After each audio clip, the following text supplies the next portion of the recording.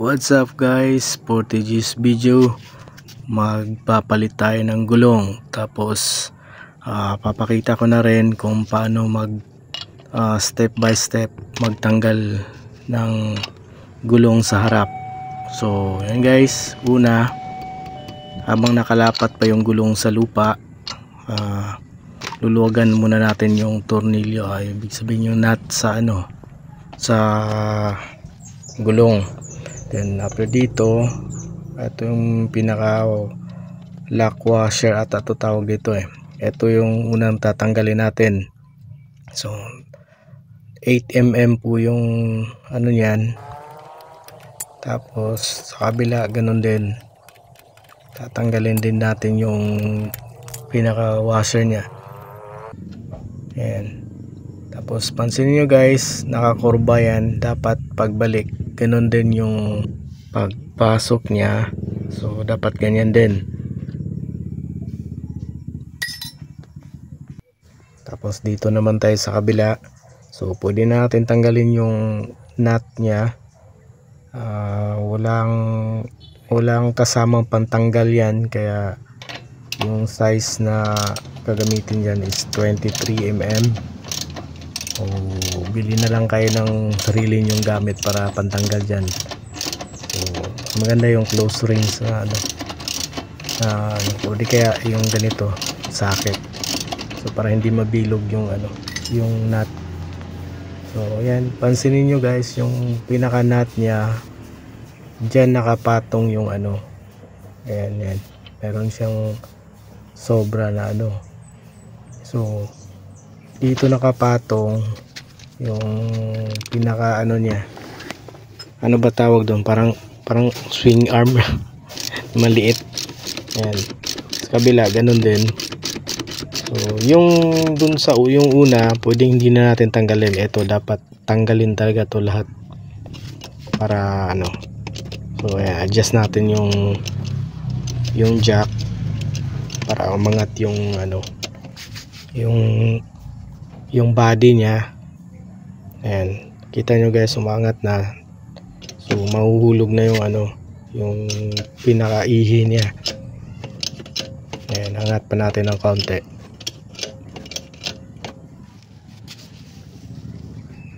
So ayan guys, kita nyo umangat na siya.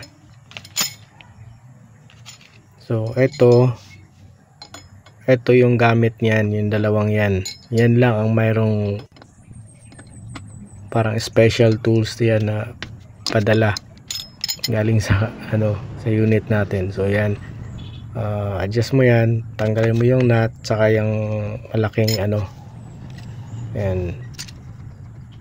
tatanggalin yan lahat. Tapos yung kabila, wag mo nang galawin yan para hindi ma-adjust yung niya, yung tamang higpit. Tapos yan, yung pinakaihi niya, yan, hilain mo lang pa sa kabila para pag natanggal na yung speedometer. Yan, so ganyan, pwede nating tanggalin yung gulong. Ayan, actually maluwag na yun, luwagan ko na yung kanina Ayan.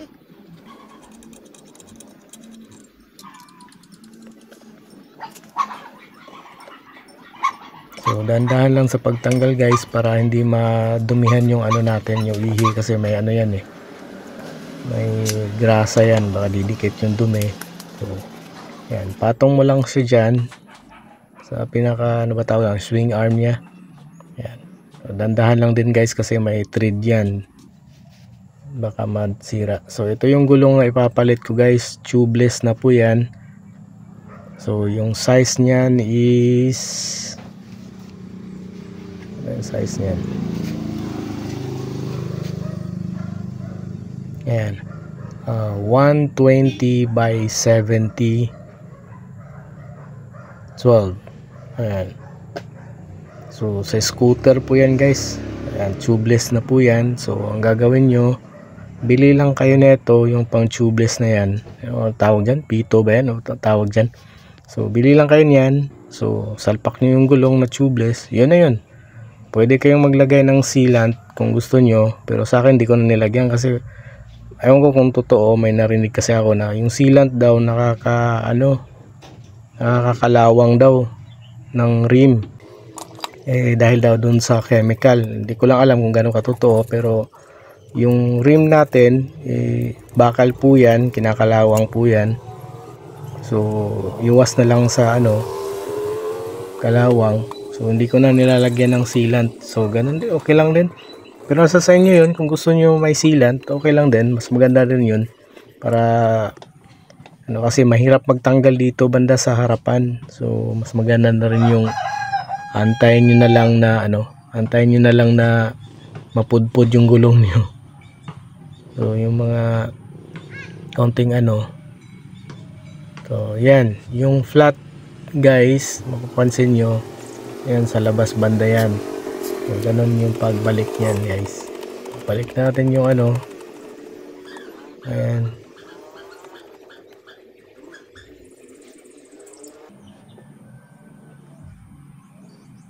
Yan, tamang higpit lang din guys. Tapos yan sasabit yan. Yan, dyan papatong yan. Tapos ito, dapat nakasalpak yan dyan. Then, ganun din sa kabila. Ayan. Meron yan para mag-lock siya. Hindi siya iikot sabay yung yung pinakaihi natin. Ayan, saka yung brake. Ayan. Tapos yan, papatong dyan. Ganun din sa kabila. So, ayan kagandahan guys ng ng jack na na yung hydraulic. Kasi dun sa yung padala na jack, ang hirap mag-ikot-ikot. Tapos, ayan, katulad yan, konting adjust mo lang. Ayan, bababa siya ng dandahan. Ayan, control mo lang.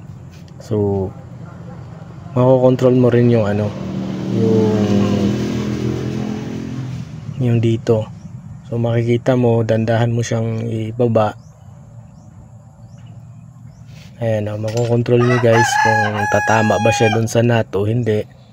So, ma-adjust mo yung nut sa tamang posisyon hanggang sa mapasok siya.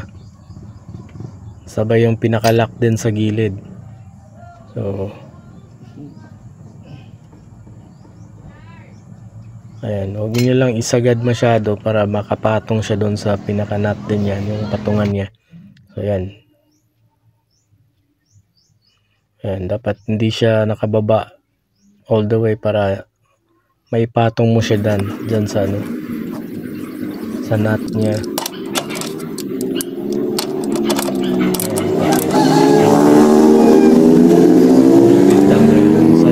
Na yung malaking nut din na na may special tools.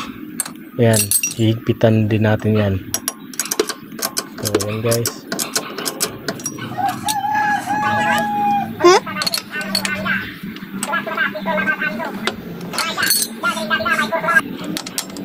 So ayan, tamang higpit lang guys. So, naman masyadong kasi rin yan masisira din yung natin, yung tools.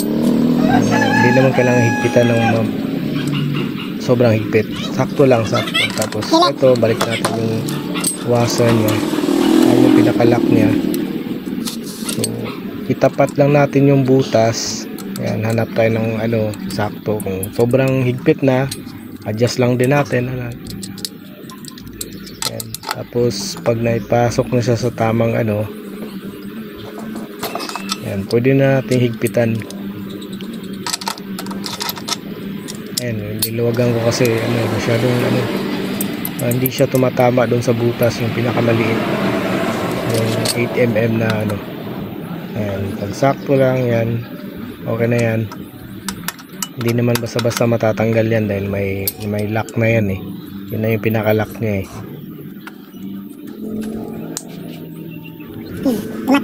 so okay na yan. So sa kabila naman din, susukatin nyo lang yung tiyempo mo lang yan, medyo masikip, kaya Ayan, tatama mo lang yung maliit na butas.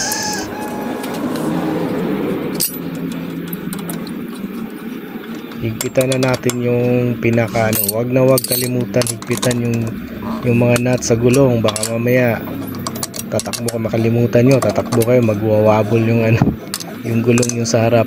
So yan, kailangan higpitan talaga yan, huwag kalimutan higpitan. Yan. So after nyan mahigpitan, stable na talaga yung ano, tamang tama lang yung higpit, baba natin yung ano. Ayan, okay na guys, oh. So baba na natin yung ano, yung jack. So yan, tapos. Thank you for watching guys.